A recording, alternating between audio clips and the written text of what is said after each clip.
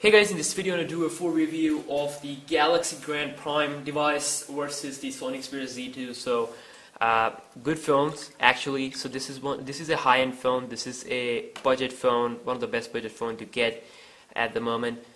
So I'm going to talk about some basic stuff here, comparing these two devices. And of course, this is a high-end one, so that's why it has some good material like glass, and that's why this happens. But I will repair it, but it is a sexy phone, Sony Xperia Z2, to be honest, and I should have to use a pouch or any casing with this phone, otherwise it will break again. But this is a high-end phone, this is a low-end phone, but still it has some good things to see if we compare it with the Xperia Z2. Xperia Z2 has a better design. It is slimmer. It is also, let's see if it's slimmer or not. Yep, it is slimmer, and it is definitely not cheap. This looks cheap, but it's a budget one. Price is the difference there. Price-wise, this device wins. And this is also not so price device. You have Z3, but Z2 and Z3 not that much difference. You can get the Z2 and get almost close to the performance of the Z3, but you can see that this device is a premium one. It has a better camera, 20.7 megapixel, and then also you can see that better overall design. But glass is not a good thing. Well, this one is plastic, and of course with plastic you are not worried, because if you accidentally drop it or something happens, it will not crack or break, that is for sure. And then also this device has a removable back, which is another thing that this device don't have, and this is extremely great thing to have, because you can install any backup battery, you can install a micro SD card slot, you can do a ton of stuff. And also it is dual SIM. I'm not sure if it's a dual SIM variant of the Z2. No, there is no a dual SIM variant of the Z2. So you can see dual SIM is also a great feature nowadays. And then also it comes with Android 4.4.4 on default. While you have to update your Z2 to 4.4.4, there are some places where still the Z2 is running on 4.4.2.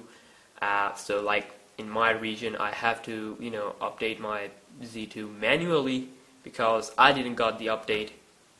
Pakistan, of course. So you can see this is 4.4.4 KitKat, and if we go into the settings, then about phone, and then you can see that this is also running 4.4.4, because I updated it manually. But of course, software-wise, this is running TouchWiz UI, 1 GB RAM, Snapdragon 410, 64-bit quad-core. This is Snapdragon 801, so definitely this is a better. It is 32-bit, this is 64-bit, but this is a low-end, this is a high-end. You cannot compare it in terms of software or RAM. This is 3 GB RAM, so but you can see that it is not a bad phone actually. When we talk about, let's say, front-facing camera is actually better here, I think, because it is 5 megapixel, and this is I think 2.2 megapixel. Yes, 2.2 megapixel. But you cannot talk about the back camera. Back camera is definitely better on this one, 20.7 versus 8 megapixel. Then also if we talk about the gaming performance is also better here. Then again, the processor, the GPU, everything is better. What is inside this device.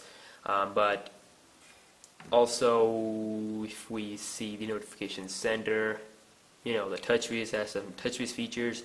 The Timescape UI, Sony Timescape UI has some of this on feature. And then also on the Sony Xperia Z2 you will get a mode called as Ultra Stamina mode, which is similar to the mode we will get here, which is called as Ultra Power Saving mode, borrowed from the Galaxy S5.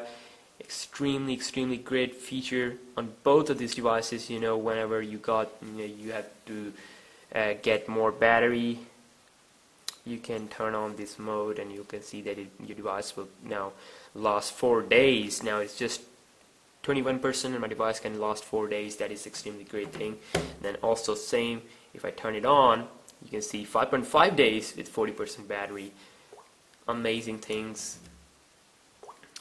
And of course the battery life is good on both devices. This device is good in terms of battery life. I've noticed that.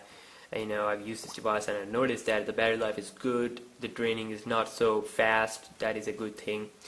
But you know, comparing with the Z2, Z2 is definitely extremely high-end phone. Still a high-end phone, you know, with all the better thing. But this is also not so bad.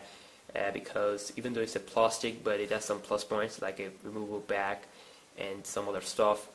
And then also you can use it without any problem because it's a budget one. And but this one is a high-end one. This one also has a premium body, and most of the time this, you know, Z3 and the Z2, all of these phones, you know, Z series slips from hand easily and they just break, and that is a bad thing with the Z series. But on the other hand, these kind of phones from Samsung, you can buy it, and then if you want to use like basic things like basic apps, no gaming, like normal gaming like Subway Surfer, these kind of games, then this phone might be the choice for you guys because it will, you know, take good photos outside and maybe some good photos inside if you are at good places, then also good front-facing, you know, selfies and stuff like that. But you cannot play high-end games. But if you are not a gamer, phone gamer, then this is a good phone. It is a budget one. You can use some basic apps and basic stuff, but then again, you mostly use this phone for WhatsApp and messaging and all kind of stuff. Then this phone is a good choice over the Z2. But definitely, if you want to go pro high-end, then this phone is also, you know, great choice.